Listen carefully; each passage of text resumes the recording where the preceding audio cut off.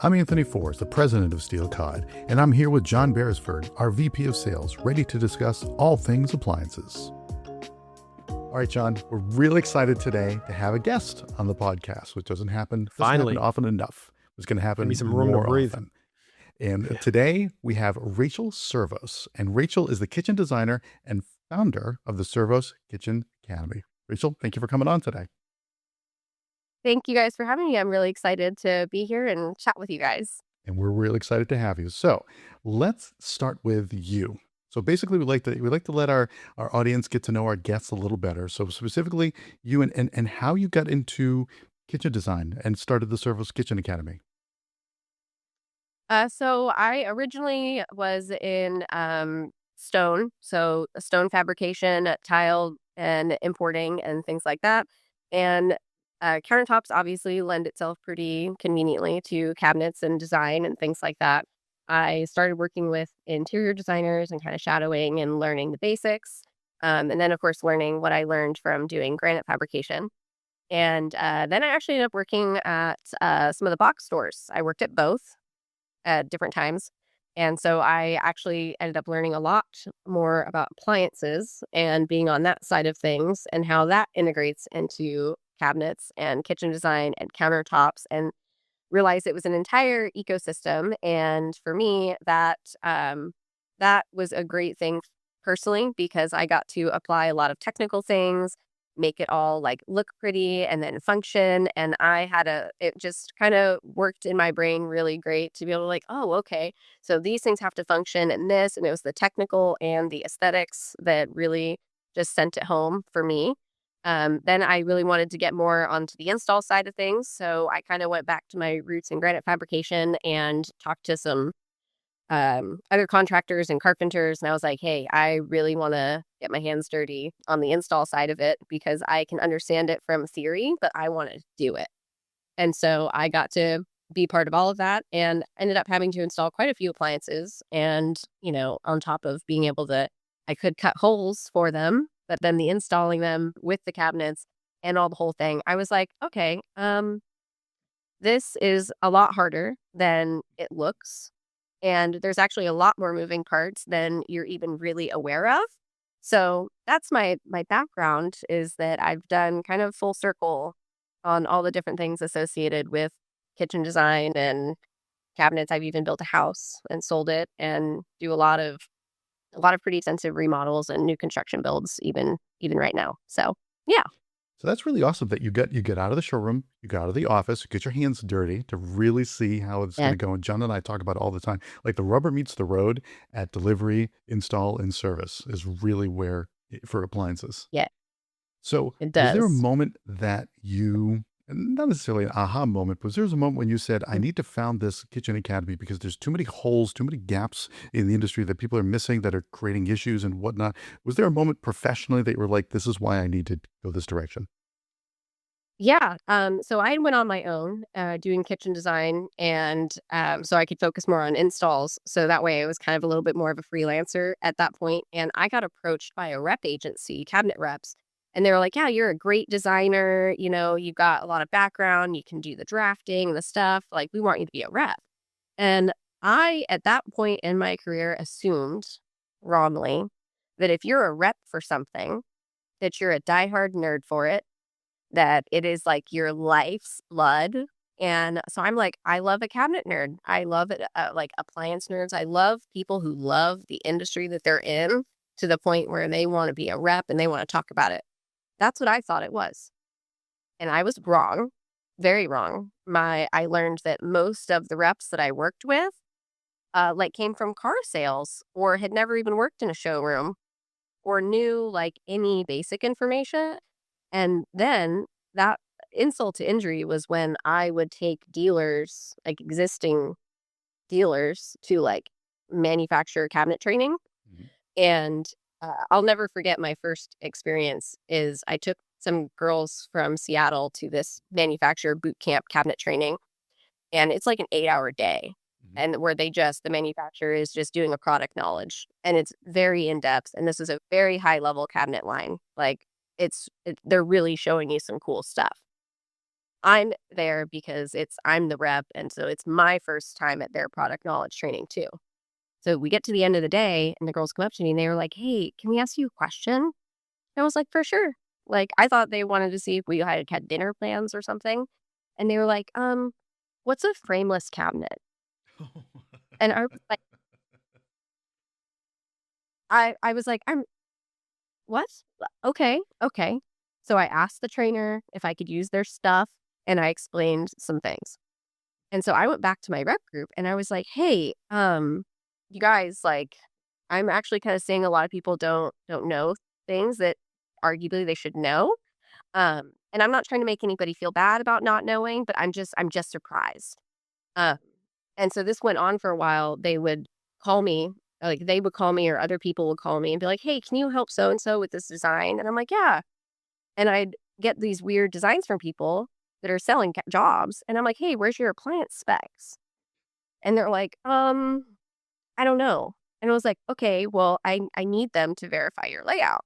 Or they'd send me stuff, and then they'd call and be like, "Well, the homeowner decided they want like a panel on the dishwasher, and I don't know what size it is." And I'm like, "Okay." And I read the spec on the dishwasher, and I'm like, "Hey, this is not a panel ready dishwasher. Like, you can't do that. Like, it's just not it's not made for that at all." And they're like, "Oh, I didn't know." And I'm like, "Okay, no problem." So then I find I'm like teaching people like about appliances, which to me, I would just Google appliances for Mhm. fun. Like I would like look into them because I think that they're cool. And because if I'm trying to help a client, I want to help them to the best of my ability. So if there's a cool appliance somewhere that fits their needs, I want to be able to recommend it and I want to know about it. So ultimately, after about a year of all of these types of things, I was like, I had told everybody at the time that we should collectively like do some type of training because people don't know. I felt a little spoiled because when I was learning, I worked in a box store where I had appliances Mhm. and like I kind of didn't have to know things and I had to sell appliances. But then I realized that a lot of people don't get that experience and then they don't do their own research to educate themselves. And I don't know if it's because they just don't know it's important or because I don't know why. So I went to my rep group, I went to several manufacturers and I was like, "Hey, listen, like we need to do a training program. We need to teach people like this is a whole ecosystem. And as far as sales go, if you end up wanting to sell cabinets to like an appliance place or a granite fabricator, like you can teach them and they're already right there, et cetera, et cetera." And everyone laughed at me and then was like, "No, doing that. It's a liability." And I was like, "Right. Okay. Like, I guess I can see how it might be a liability that, like, if they do something wrong, they could blame you. But also, it's a liability because you have people doing stuff that you can't do. And then they're going to cost their store a lot of money. They're going to cause grief for a homeowner. They're going to cause grief for literally everyone involved. They're going to make their granite fabricator mad. They're going to make their appliance people like mad because then they can't return stuff and just any list of things. So I decided to just do it myself because I thought it was important. I think that there's a lot of people who would benefit. And I also think that each of us benefits as well from having a community of educated people. Mhm. And that's the only way things are ever better is by everyone being educated enough about Yep. why something doesn't work or what can make it easier. But you don't know that unless you know like where it applies, if that makes sense. That makes 100%, and it's really cool that you really kinda took the bull by the horns in these arenas where no one else is doing this. No one else is taking the initiative to get better. So, one more question on this before we get into our questions is, do you find that the issue is a lack of education and the gap is there, or the gap is in the lack of interest based on the potential Uh, learners or some combination of the 2? I think it's probably some combination of the 2, even though I found that because I worked at a showroom that had no cabinets and I started their program, and I noticed that when I would recommend different things to them, they're like, "Oh, I didn't know that was a thing." And then they become interested because they just didn't know. Even, like, I have my own personal story with that. I have a two-drawer Fisher Paykel dishwasher So do I. that I thought everybody knew. I love this dishwasher for, like, me. I love it. And, I had a builder like say something about dishwashers, and I was like, "Oh, well, they make these 2 drawers, like, I don't know if you're trying to do a spec, what you're trying to do," and he's like, "What are you talking about?"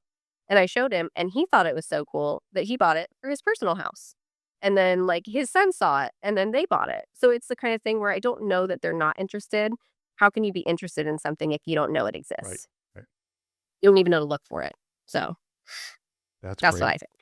All right. So Yeah. as we, our podcast is definitely geared towards appliance sales teams and management or the sales floor. So we definitely want to get some questions in on their behalf. So my first question for you as a professional designer is, where do you find that appliances kind of blow up in the project? Is it in the spec sales process, somewhere in install, somewhere in service? Where are you finding the biggest issues? Well, anywhere there's a handoff is going to have a problem, it seems. And I'd probably say that it's more or less the information gap between all of those things. So it's like the spec could be appropriate and all of those things are fine, but maybe it gets installed wrong. Or because that's like the installer's kind of error. The lead times can burn people because nobody asked or nobody followed up or nobody volunteered that information in the beginning. And they were like, oh, hey, by the way, this thing's going to take 8 weeks. I mean, Right. I've had people say Mhm. that, but maybe they didn't say it because at the end of the day, they're like, well, you didn't ask me how long it was going to take. Or it's a back order, and then like nobody kind of follows up and says anything. And then it's kind of this weird lack of communication cycle. I've also noticed with service, if you have an appliance and you live in like a rural area, there might not be a service provider that's like certified for that brand, and nobody has that conversation at the beginning.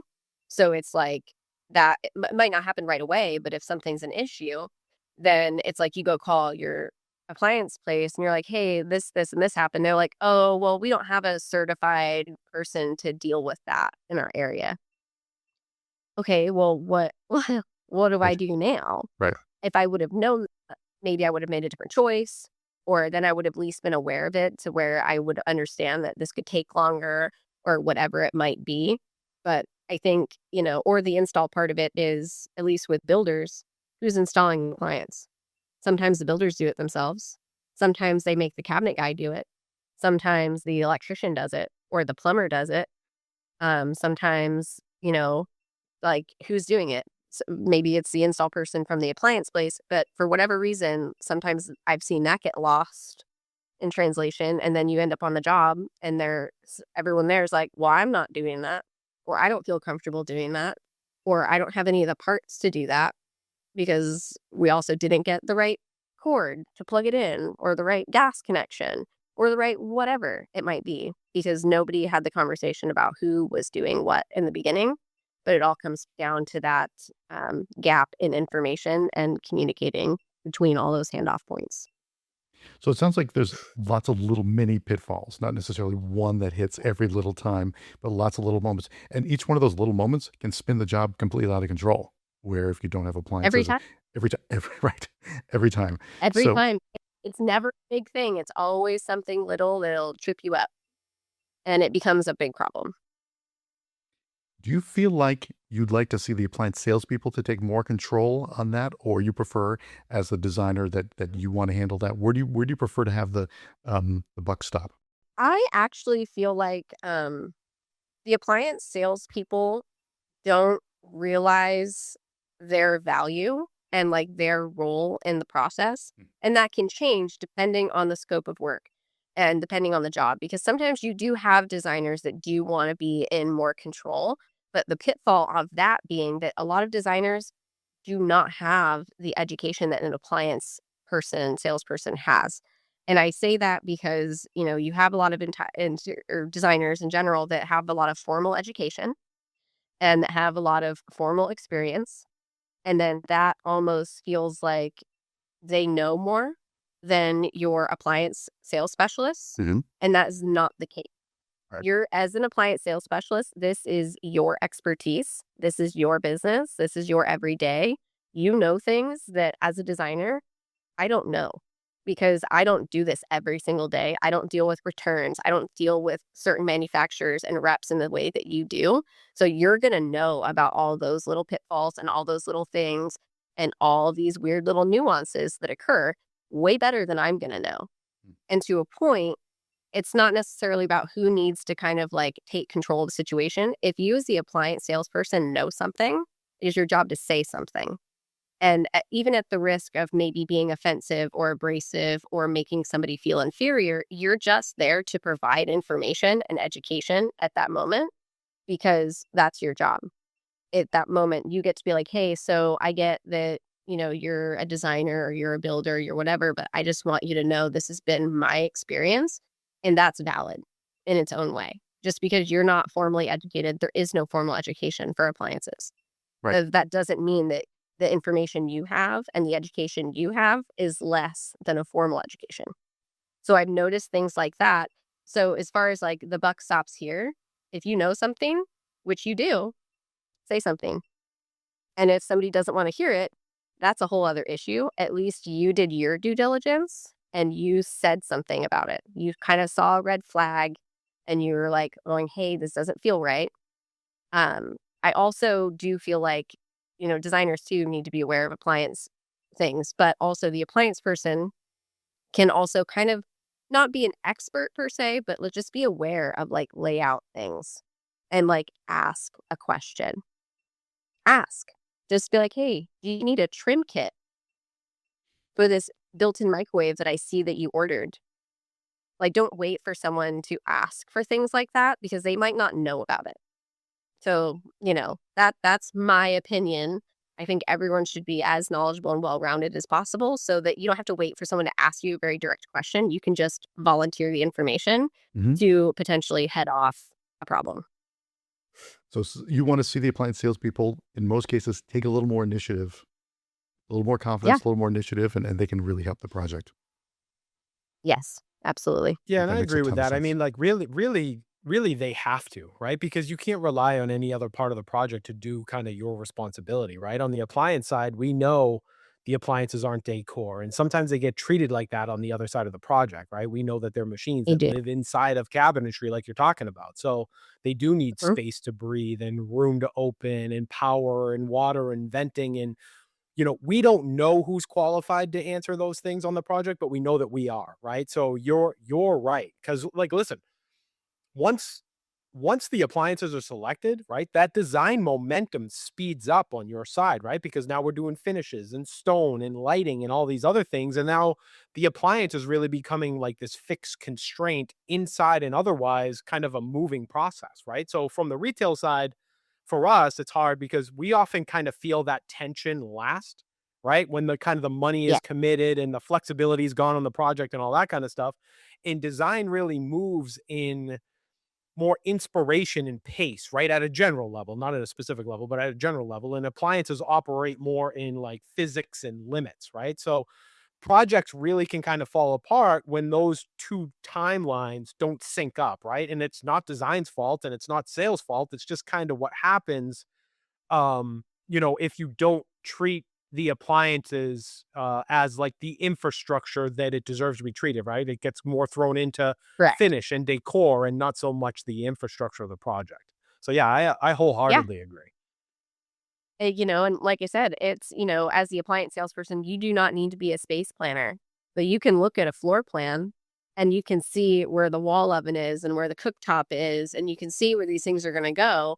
And you inherently will know more than you're going to give yourself credit for. You can be like, hey, just so you know, this opens this kind of way. I just don't know that that's enough room. You don't have to be an expert to know that because you know how these things operate. Or you're like, hey, so in the spec, like this does need this amount of air gap or whatever it is. And it's okay for you to say that. It's okay for you to challenge a design because you're not saying someone did a bad job. You're not attacking anybody. You're just saying, Mhm. hey, I am just It's a bringing a call. concern to your, Yeah. and there's nothing wrong with that. And if you end up with somebody, designer, builder, whatever, who's like, well, I am the designer and I think this. Okay, I'm not challenging your thoughts. I'm just letting you know that there's physics here, there's math here, and like this is what it is. This is what's recommended for this appliance to not die or catch on fire. So I'm Yeah. not challenging your thought. This is not an opinion. This is a fact. Yeah, in fact, I'll And take it a step it, further, and it's negligent, right? If you notice something like that on a project and you don't bring it up. So I mean that whole yeah, fear of offending or all that kind of stuff kind of has to go out the window at that point. it does. But a lot of people are nervous about that because if you think about it, you go to an appliance showroom and get a salesperson, they might feel intimidated to ever say anything like that to a Mhm. designer or to a builder or to anybody with a very professional set of plans or, a draft sheet or a cabinet builder because they assume that if someone can do that, they must be smarter than them. Right. They must be better than them. They must be more There's the key educated word than too. them. You And that's said assume. I mean assume. that's Yep. that's the key It word in does all of not this work. is don't assume. It's a Yeah, it's a confidence thing. It's knowing like if you see something weird, it's okay to ask about it. It's okay to get clarification because you are a specialist in your field. Like I'm telling you, I've got stories about people. I well, I'll sidetrack this a little bit because it is related. I worked with an interior designer on a kitchen project. I normally do not do that, but it was like a weird situation and I provided the cabinets, whatever. I did not pick the appliances. I got a list of the appliances. And one of them, I will never forget this as long as I live, and I better not see this individual ever out in the world. I had everybody sign off on the appliances. This was like a built in Thermador coffee maker. And I highlighted on it. I said, "Hey, are we doing a trim kit?" And the homeowner was like, "Yes, we're doing a trim kit. They're frameless cabinets." So that's a whole other conversation. So I get the spec sheet and it like had like I think like a 23-inch cutout for this appliance, which Mhm. I know in a frameless cabinet is a whole thing anyway. So the designer had drawn a very professional set of plans and put a 24-inch cabinet. And this thing has a 23 and whatever cutout, and it requires shims and it requires all of its own things, which is in the spec. I didn't make it up. You can read it. Everyone can read it. It's on the internet. It's free information. Nobody said anything to anybody. I'm reading the spec and I'm like, hey, so I don't think we need to be putting a 23-inch thing inside a 24-inch cabinet because this is going to have to be whatever. It's got water, electrical, heat. It's doing some stuff. We need a little more breathing room in here. And when you read it, it says that it needs breathing room. Like the depth on the cabinet needs to be a certain way, etc., etc. And I said, I think we need to do a trim kit. So then the homeowner orders a trim kit. Trim kit arrives. Trim kit's 30 inches on this, which is a lot bigger than 24, which is fine. I didn't make the rules. That's how it goes. Trim kits are there for a reason. It's not always aesthetic. It's also for ventilation. And nobody like knows that. And they just don't think that these things like need to breathe when it's like we have wood cabinets and like these are appliances that create heat or steam or whatever. Like ventilation's important for everything and it'll whatever. So I had redesigned the cabinets to then accommodate this. And I made it like a 30 a something inch cabinet. I think I made it like a net 30 cabinet so the trim can kind of like overhang the frame. I went over this with everybody. I had a final alignment meeting, etc. You show up on the job like months later, and this lady was like trying to give me like a gotcha moment. Uh-huh. And she's like, well, I drew this to be this and this a size. And I was like, you did. And then I also have the signed spec and the signed thing that I redid this. I redrafted it to accept a trim kit. And I had this whole thing about why with the ventilation, the specs, which I didn't write. That's what the manufacturer says. And she's like, well, we'll see if it fits. I was like, you're trying to give me a gotcha moment right now with math? All right. And so she just looked at me. She's like, yeah, we'll see. I was like, we will. Got it. Okay. So I take the cabinet out and she looks at me. She takes the trim kit out of the plastic and then she puts it on the cabinet. And what do you know? It f***ing fits. Mm-hmm. And like, well, and I was like, I think we're just done with this entire meeting. I'm not going to do this anymore. She tried to sue me over this project, like personally.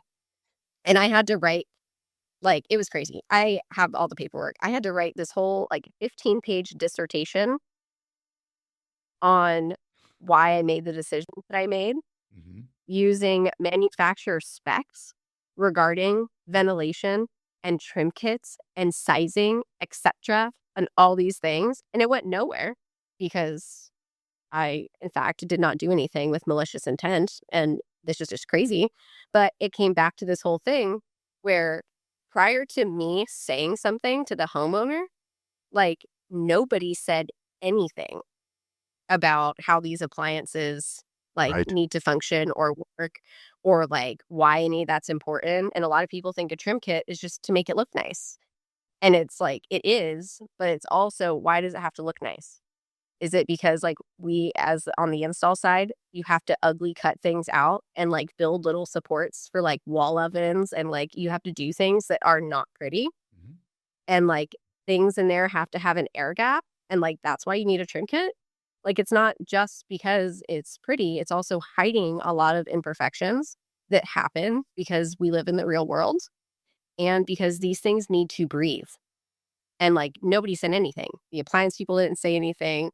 This lady did not have any idea, and it was, like it was just such a weird situation, but it happens a lot. So Yes. it's, like, it's important to know because no one's actually trying to be hurtful or be derogatory or attack you. It's just facts. Like, it's just what it is.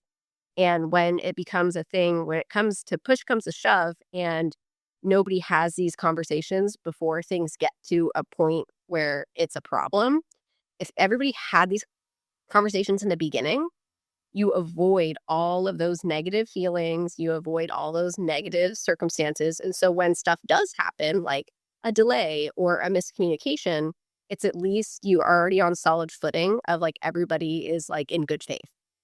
But if it happens without those conversations, somebody did something on purpose and everyone's out to get you.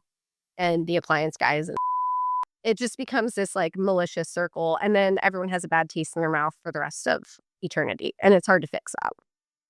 Yes. What a great war story, of which I'm sure you have plenty, having all the roles that you've Hmm. served in this industry for a long time. So that gets me. That's a good transition to the next question that I have, which is, you're talking. You've done a lot of your homework. You've been boots on the ground for a lot of projects. You're very knowledgeable within appliances, as admittedly not an expert in appliances, but pretty knowledgeable in appliances. Do you find that designers often talk about, or is there a feature that designers talk about too confidently that they don't really understand as it relates to appliances? Probably a lot of different features. Because, they will look at a refrigerator and just talk about like the internal storage. And we won't talk about how the hinge works on that door and why you get so much more access in there. That's a 180-degree hinge. You cannot slam it against a wall. You can't put the whole fridge. I see it all the time. People put a refrigerator against a pony wall or against a half wall, Yep. and then it won't open. And most of the time, people don't catch it unless you have those stupid little crisper drawers in there that require 180 degrees of that door opening for that to come out. Um, Things like that, or like the other one that gets me too is the counter depth versus full depth refrigerators. Mhm. Uh, there's rules with that. Like if you have a counter depth fridge, that's great. You also can't put it immediately next to like a wall oven stack, like immediately next to it. Like you have to have space between these things. Otherwise, you're going to have stuff hitting and colliding. Um, and then they don't have a conversation either about like if you have a full depth fridge and you didn't plan for that, that it's going to be sticking out. Um, Yeah. and then this fridge doesn't match the front of the fridge because that's how it looks. That's how it looks. The other one too is basically just ventilation performance and CFM stuff. It's like you cannot shove a 36-inch fridge in a 36-inch net opening. You can't do it. Like it's the refrigerator has stuff in it. They settle. They get bulky. They warp. They do weird stuff. They're not net 36. Like nothing is net like that. And if you don't have enough breathing room at the top or the sides, people don't look at it. I had a job. A lady picked out this refrigerator freezer situation, and no one said anything to her. She buys it and brings it. And she's like, this is what I want around my pantry. I was like, cool. Did they give you the spec sheet on this? And she's like, I don't know. I had to call the appliance place. And it's like, I got the runaround there too. Cause they're like, why are you asking? I was like, well, I have to do the space planning. I need to figure it out. It turns out this particular appliance needed 6 inches of an air gap all the way around. And this client was like, she was not about that. Like, we just did her a flush inset kitchen with panel ready appliances, flush installed. And I was like, no one apparently even like had any conversations with her because she would not have bought it if she knew that you had to have that much room around it. Yep. So air gaps are another thing that I think people, they talk about. They're like, things have to breathe, or they'll say stuff about it. And I'm like, everything actually has to breathe. Not just, they think about the ventilation only when it comes to your stoves and your ventilation because you can see it. But they don't know or, think about ventilation when it comes to all the other appliances that also need that. So you're finding that designers are talking about features, but they're focused on the wrong features as it relates to appliances. Yes. They're focusing on, like I said, with their fridges, they're like, oh, this one's pretty or has this handle, or, this one is counter depth, so we can just slide it and you won't see the sides. And I'm like, well, yeah, but also like you had to plan it that way and you can't put it over there because the door, like I've had people be really upset that, I didn't do the job, but like I hear about it and they're like, well, they're upset because the door didn't open all the way. Okay. Well, or I've had people also not understand that you have to space that from your island a certain way because that's a big door opening and things like that. Or they don't plan for the ventilation. And then like things happen with refrigerators and freezers where all those lines like kind of freeze up and do weird stuff and get seized because they didn't have enough breathing room. And so then Right. everyone's mad at the appliance people because the fridge failed. And it failed because it wasn't given the breathing room, not because it failed. So I'll give you it's like another one they that talk. that comes up all the time, and people don't even think twice about it, and it causes so many issues on projects, and that's just flush, right? Because flush appliances, right? It seems pretty simplistic, right? They're clean, they're aligned, they're intentional, all that kind of stuff, right? But flush isn't really Yeah. a look so much as it's a condition on a job site, right? Because it depends on cabinet depth and rear clearances, like you're talking about, and door swings and hinge Yep. movement and panel thickness and airflow, all that kind of stuff, right? And the Yep. problem that I always had was there are two products that can both say flush, but they behave very differently once they're installed, right? Because one might need deeper cabinetry or limit the door Yeah. swing, or, they look flush, but they're going to restrict the airflow when you do it. So, so often we're talking about the look and not the behavior, right? And the behavior is so important because that's going to determine whether a drawer clears, right? Or a cabinet survives, or like, service Yeah. pathways remain accessible, right? That's the one that always Yeah. drove me nuts, is because they think that flush is just this universal, everything works, right? And it never Yeah. does, right? It doesn't cover I have, all of engineering. right. I have one right now that someone brought me. They were like, hey, I don't feel comfortable doing this project. Like, can you help me with it? And I was like, yeah, what's going on? And then they were like, they want a panel ready Sub-Zero refrigerator. I was like, okay, are we doing a flush install or are we doing it like proud? Like, where's the spec? And like, what the client want? Like, what are their ideas? Did they give you like a Pinterest picture? I don't, anything. And he's like, well, I don't know.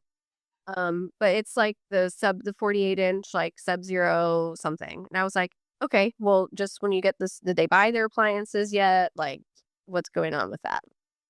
And he's like, I don't know. But then they sent me a floor plan picture that they drew and they just put 48-inch Sub-Zero.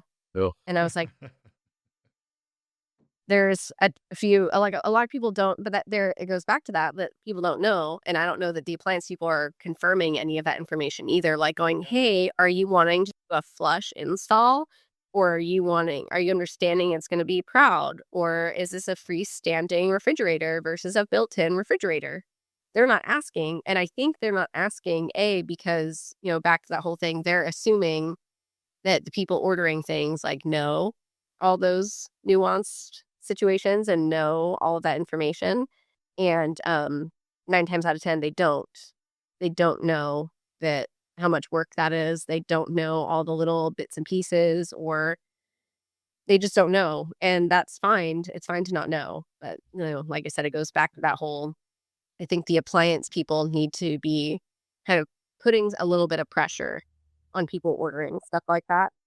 And just Yeah. making sure, because you're going to kind of sound like maybe you're a dick, or like you're kind of talking down to somebody, be like, hey, do you know this is how this works? But at the end of the day, that's better than having to like later have these people come to you like, Yeah, I and need to there's ways to return bring this. it up professionally too. I mean, like in your specific instance, we're talking about a 24-inch cabinet, a 25-inch cabinet, or having to dig out to 27, depending upon the model. And I mean, those are kitchen Yeah, wreckers. I mean, that's not a small spec change. I mean, that's transformational it's in huge. terms of the kitchen and doing everything. So yeah, I mean, never be shy to bring up things like that. I mean, that's Right. wild. But they are. But the appliance people are shy to bring it up because, Yeah. back to that whole thing, they don't know that like you are still a professional. You're just as professional as every other trade that you interact with, Mhm. just as much. And you need to kind of really kind of own that. Like you're not a plumber, but like the plumbers don't know everything either. They read the specs. Like I give them stuff and they're like, what am I supposed to do with this? And I'm like, well, this is what the spec says. And they're like, oh, okay. Like they don't, and that's the thing too, I think a lot of people don't realize is that nobody knows everything. And like even I have worked on job sites with tons of people and then we come across stuff and nobody knows what to do about it. Or they're like, oh, I don't know. Like what's the thing here? So it's about just being, I guess, brave enough to give a little pushback and ask those Yeah. questions so that you avoid uncomfortable, sorry, can't return that, or sorry, you're unhappy. Right. Because then at least you can go back and be like, I did try and have this conversation with you and document that. Be like, I did tell you that that's how this goes. And then they can only be mad at themselves and not you as the appliance person. This has been great, and this has been a ton of. We've covered a lot of the questions that I had about for the designer salesperson Yeah. dynamic. Mhm. So that's really been covered in this. So I wanted to kind of really shift fully towards that direction. So what's something we want appliance salespeople to be more confident, more present in the whole process. Is what's something that you found that appliance salespeople, besides that, might be doing that makes your life as a designer a little harder? Um, Realistically, besides that, just not making sure that people are doing things Right. correctly or, applying the right stuff.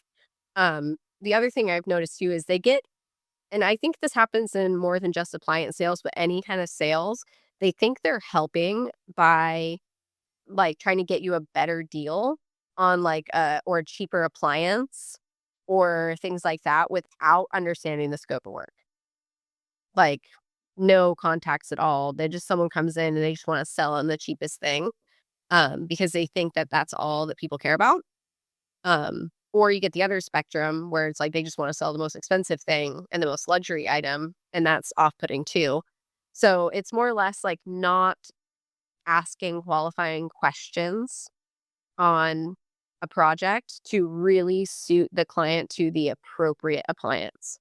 Because they might not need the most high-end range, but maybe like they really need a high-end refrigerator because you took the time to have a conversation with them to find out what's important to them, what their needs are, and their budget constraints. Because just because they want, if they need a really nice refrigerator, they can spend the money on a Sub-Zero because that is of value to them and of their total project. But then you can skimp a little bit over here and get something a little bit less for their range because they don't care about that as much. So it's like when people hear a budget, they immediately kind of assume like, oh, all high end, all luxury, instead of like mixing and matching when appropriate to the right client. The other thing that happens is if and for me, I kind of if I am needing to be more involved in appliance selection, I will, but I do let my clients go and explore appliances because I think it's important for them to see and touch and have that tactile experience Mhm. and not feel pressured, I guess, but also to be educated on their choices. And that doesn't always happen, which is a bit disheartening. But I have had people go and then they bring me back their stuff. And I'm like, why are we using an over the range microwave? We talked about that. Mm. And they're like, well, they said it's a really good deal for blah, blah, blah. And I'm like, yeah, but we don't, we have a 36-inch cooktop and it's gas. Right. And I don't like an over the range microwave really for anybody. That's my own personal opinion. But, it's just one of those things where it's like, I think overall they're just trying to get someone a good deal. But then the offset of that is if they go in there, get a good deal on appliances that don't quite meet the spec, because on the other side of it, we've now worked with this customer. We are trying to curate a space for them. Then we have to go through and be like, I actually wasn't a big fat liar and I'm not trying to upsell you on weird stuff. I know you went in there and they gave you a screaming deal on a scratch and dent or whatever, but it's just not what you're trying to do. So then you kind of have to do, as a designer or builder, you have to do a little bit of damage control and, understanding that you weren't trying to screw them over. And yes, they got you a good deal, but the reason that we were doing what we're doing is this, if you remember, and have this whole conversation. And so it's a whole thing of just weird getting everybody kind of back on track. So that happens sometimes, or they go and then they blow their budget on high-end appliances that weren't really appropriate for the scope of work.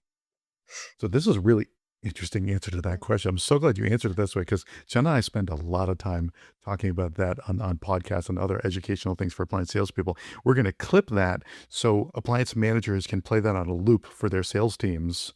That's what they're watching Perfect. all day long when they're not in front of customers, which I think is Yeah. really great. So what's something that if you're not physically going in the showroom with your client, what's something that you can do to kind of help guide the appliance salesperson the best you can without being there in person to try to keep them on track with this project?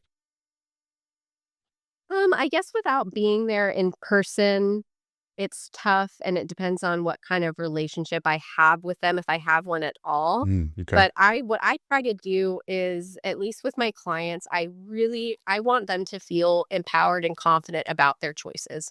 I don't want to spec everything for them Mhm. because I know best. I don't want that experience. I want them to know all the things that exist. I want them to understand how all of these things work. I want them to sit with themselves and determine what's of value and important to them and make decisions based on that. So I like to tell people as much as I can about all the different appliances and all the different things that are possible and available to them. So that way we can talk about it, have a whole kind of educational time doing it. And so that when they go into an appliance sales place, they already have some education before they go. So that way they aren't going to feel super overwhelmed, because that happens a lot too. So they're less likely to feel super overwhelmed. They're going to go with the intention of touching and experiencing and seeing things for, all on display and all the things. And that they already kind of know what their mission is, what's important to them, and what they want. And so that way I can kind of avoid some of that. Um, I just don't like that I almost have to do I have to be the one to do that bit of education instead of the appliance people, because I do not know all of the latest and greatest and newest things because I don't work there, because I don't have a relationship with a rep or a manufacturer. And I don't know, maybe this appliance is a miserable pain in the on the service side because you can't get parts or whatever it is. I don't know that. So it's almost like I have to bear the burden of doing what education I can and hope for the best. But at least when they go, the customer can kind of have a little bit there so that when they do encounter an appliance person, they're not completely ignorant Mhm. and can at least, potentially ask some questions that will help guide them into the right direction. And at least be a competent consumer is the way that I approach it, because you can't control what happens when I'm not with them. And even if I am with them, I can't control what happens. And, I never know who they're going to interact with at an appliance place. So it's I just kind of have to prepare them as best that I can and then send them out and hope that they communicate with me, because I can't always rely on appliance people to communicate, because it's not their fault, but the homeowners and the clients themselves can also play a part in that. Like they might not tell the appliance person who they're working with, which I've seen that too, because they feel like everyone's getting a special deal or a special price. And if they yap too much, that like they're gonna not get a good deal. And that's a whole other industry Yes. related issue. No, where you are, but that happens too. And so then they don't communicate. So then it's kind of like, I just hope that everyone communicates. And at least I am pretty diligent myself about getting specs from people or getting their sales receipt from wherever they were. And then I will call the appliance people and be like, hey, is this the right spec sheet or is this the right order thing? And I kind of double check my homeowners Mm. to make sure that I have the right information. But that's all you can do. So, So you mentioned something earlier when we were talking about with appliance sales teams about qualifying. If the appliance salesperson yes. goes through the proper qualifying process, that solves a whole bunch of these issues, and you're probably covered. How often of the time do you find that your clients do experience a proper qualifying process, or you find like this is a weak point in appliance sales? I do feel like it's a weak point, it's a weak point in appliance sales, but I do find that it's a weak point in a lot of different parts of the industry. But the appliances is where it's kind of a bigger deal because I've noticed too with they do it with countertops, but at least with countertops, that's a pretty tight knit like Mm. group. So for the most part, that doesn't happen as often. And with appliances, it's like it's almost a bigger deal that that doesn't happen the way it's supposed to happen because, I mean, that stuff we gotta plan from the get-go with these appliances. Right. We can change our mind at the last minute about countertops as long as nothing's cut, and even if it's cut, it's just you just get something else and cut it again, which is unfortunate, but it's really not as problematic as dealing with the appliances if those are not right or something's messed up. So the qualifying thing, it does need to be, I mean, that does need to be better. And it's it's almost like the because I almost feel like there's a weird disconnect between like the appliance places and like the more, I guess, I'll call it like the private side of things, like builders and designers and things like that, because they do a lot of retail and a lot of other stuff. So they don't always know if someone's just coming in because their dishwasher broke Mm. or because it's a project. So it's like they have to be pretty I guess well-rounded in a lot of ways because of that. Because they never To know me, it who's was walking always through the a door. for the retail side, it was always almost a mindset shift that I'd have to get myself in, right? If there was a designer on the project and I found out about it, I'd almost have to say, all right, well, I'm not just selling products anymore, right? Now I'm almost just managing risk inside somebody else's vision, right? So at that point, it was my responsibility to know the install guides, understand the ventilation requirements, understand the power, the service coverage, the little things like knowing which models are pretty stable in their where they're at right now and which ones change often because that happens all the time, right? Basically, my job at that point was almost to just reduce regret. That's the way that I approached it. And I knew that if I Yeah. did that well, that the designer would stop seeing me as a typical vendor like everybody else and start seeing me as a protection layer that they needed, right? I mean, the whole relationship comes down to predictability on both sides. From the retail side, we're talking about my responsibilities are early warning signs and clear communication and technical accuracy and accountability, those types of things, right?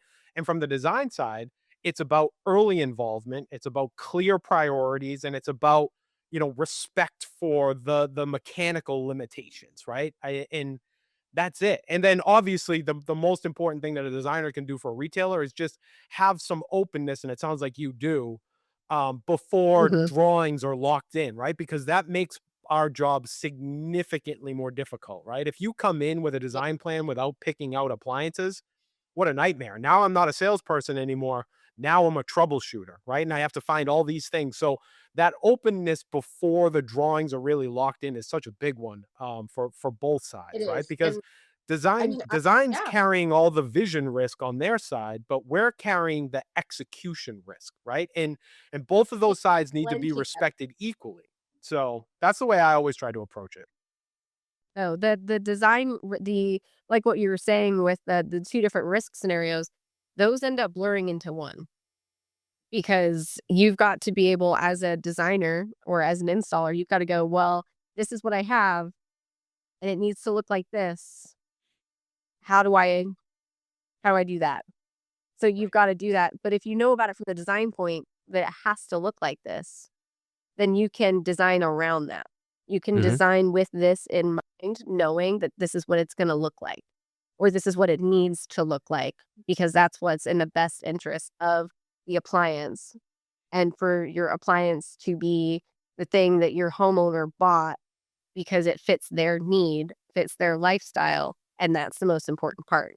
And I think that's the part people kind of lose track of, whether you're doing retail or design sales, is that at the end of the day, this your homeowner is buying an appliance to fit a need, to fit their life, to cook for their family, or whatever it is. Like, this thing is going to be used every single day. Right. It's a pretty important piece. And so it's only as pretty as pretty does. It's only as pretty as how effective it is. Right. So you could have a beautiful appliance, but if you put it in an inappropriate situation with a floor plan, or it doesn't open, or it gets too hot and the thing doesn't work right all the time, or now you have failures because you didn't do it right, then it doesn't matter anymore. It does not matter anymore. You did not execute a solid design from the beginning, and that is on you.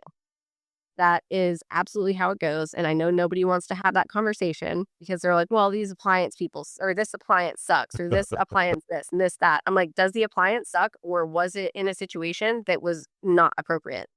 Did it get too hot because you didn't provide the ventilation, because you didn't design around the functionality of the appliance? And now, really, the only person who suffers at the end is the homeowner or the client. Mhm. They're the ones that now have a problem that can't really be fixed, because you can't do anything about it after the fact. You can try and replace the appliance, but then now you're stuck, like what you were saying on the retail side, of going, how do you retrofit a situation? Now you've got an installer and maybe a cabinet installer with the appliance installer trying to retrofit a situation to like make it work, but it's like, it's never going to be right. And it's tough. And you've probably seen it in retail. People get a wall oven. When I worked at Lowe's, I had this happen.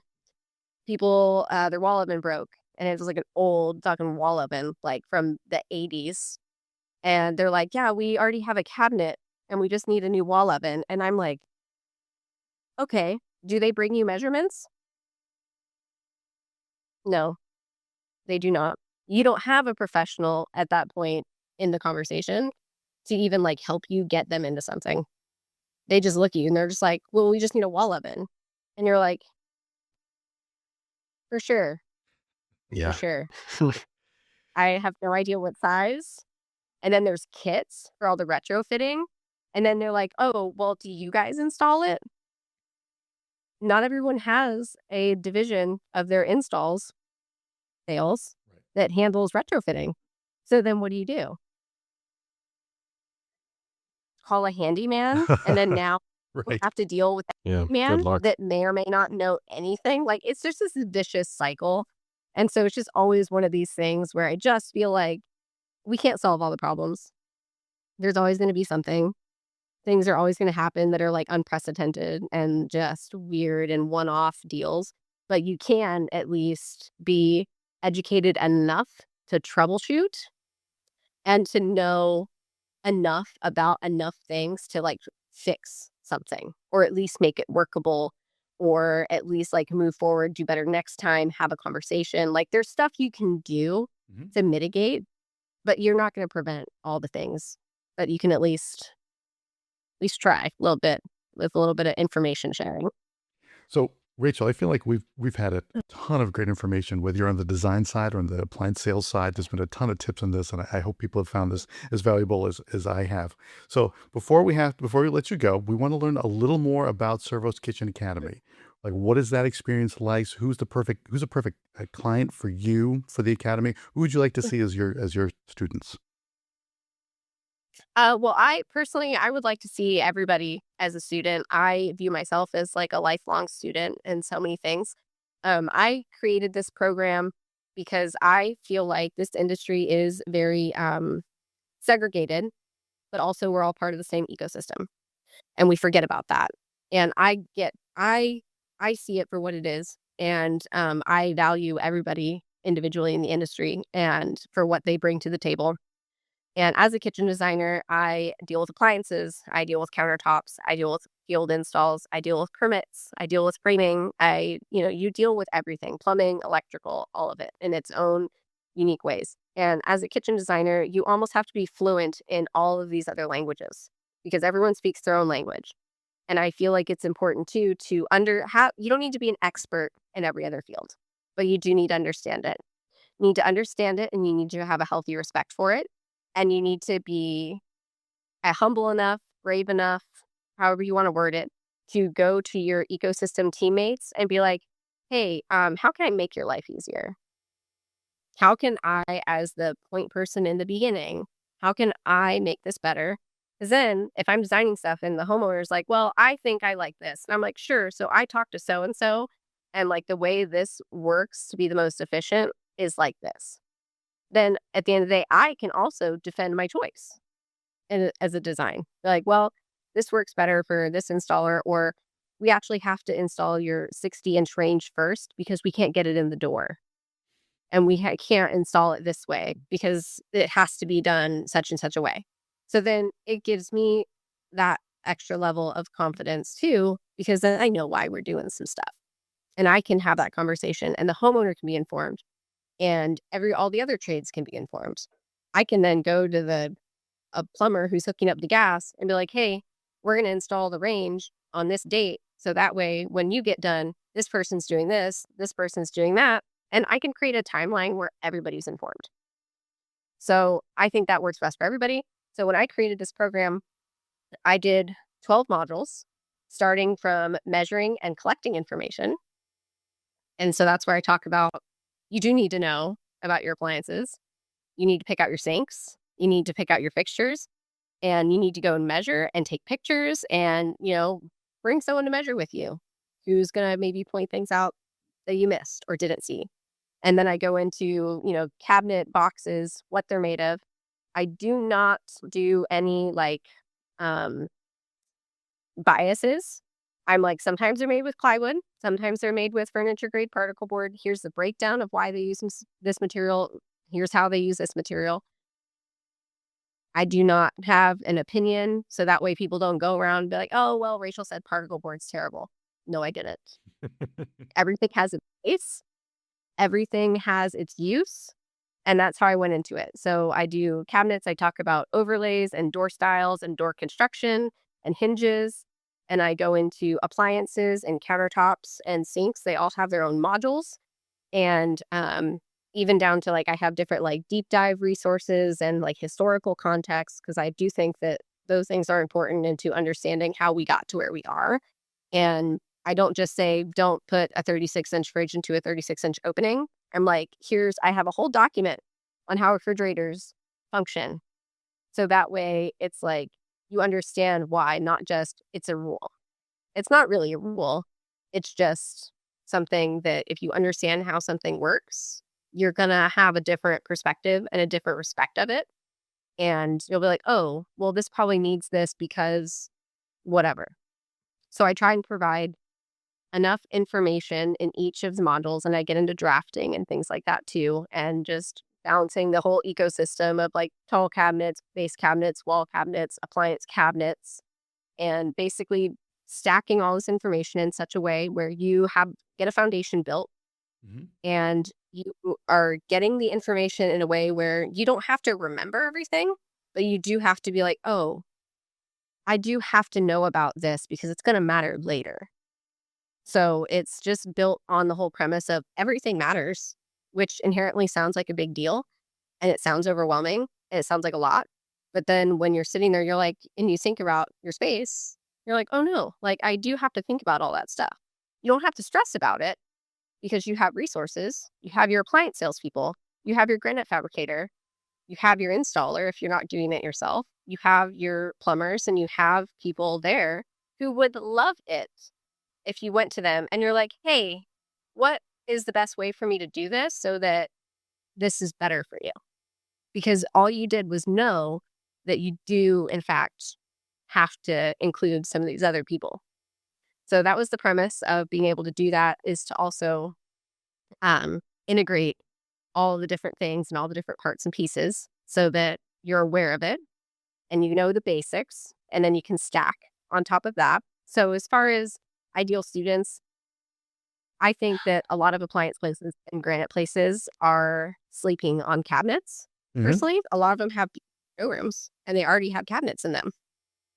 You could be part of that and, in a sense of kind of leaving money on the table, so to speak. Like, appliances are complicated already. They certainly are. So they couldn't Rachel, do do you think that cabinets. it's They just fair to do you think that it's Mhm. fair to say that it operates more like a 100 level class where no matter what your level is going in, that you'd be able to follow along and just keep pace with it, that it's not overwhelming or intimidating in any ways? Because a lot of times when you go so broadly across everything, they're going to say, geez, this is so much. But do you feel like you framed it out in a way that no matter what somebody's level is, they'd be able to jump in? Yeah, because I did it. It's broken down into these different modules for that Mhm. reason. And as far as like the deep dive and all the more in-depth information, those are in there as like downloadable resources, and Great. in ways that because everything stacks the way that it stacks, it's not like I'm talking about like all of this really complicated stuff right in the beginning. Like, I'm just been like, hey, look, these are the size of the cabinet. And then there's pictures and videos, and they're real. Like, the pictures I use are from either real job sites that I've been on. So it's not like it's like a pretty showroom picture. It's like it's very realistic. And or if I couldn't make something happen, I had a bunch of 3D cabinets printed, like miniatures, and Mhm. I'll make a little set with the miniatures Well, that's cool. to be able That's to great. show something. And it's a So learn at your own pace learning experience, or they're yeah, live learn at courses your own too? pace. It's learn at your own pace at the moment, and I can do like live like Zoom calls. So if somebody has something specific they want to bring, that we can like either approach it together or in a group setting. I also have it set up because it is like plug and play with the modules. So like if you guys have a appliance showroom and you're like, yeah, we would love to, do that, but we also want to add a whole class on communication or boundaries or whatever it might be, we can work together and create modules just for you and private label it, add your logos, do whatever you want to do with that. So it can be tailored even more so to specific outfits if that's what they need for their groups. That's very So, cool. So hopefully Mhm. this has drummed up some interest for some of the listeners that want to get Yeah. Steel Code University. We spend a lot of time on appliances, but this is great outside of appliances that appliance salespeople would find Well, valuable. So my last question for you is, what's the best way to learn about the Cervos Kitchen Academy and get a hold of you? I am on all the social media platforms. So any of those are great. And all my contact information is also on my website. And so that's there. I can send everybody the link. And I do have demo code options. It's like I'll email a demo so you can log in and play with it as you wish. And it works over your timing and things like that. So we can do it that way. And yeah, I'm just pretty contactable in all the ways. That's excellent. So if you're listening here, you probably know about all the ways. So you'll be able to find, and we'll put a link right below us right Yeah. now too. So Rachel, this has been really, really great. Thank you very much so much for your time. John, anything before we close? No, that'll do it. All right, excellent. Rachel, thank you so much. And thank you for Thanks, Rachel. listening. And we'll Yeah. catch you next Thank time you. on the podcast. Thanks, everybody. We drop a new episode every day of the week, including weekends. Don't forget to rate and subscribe wherever you listen to podcasts.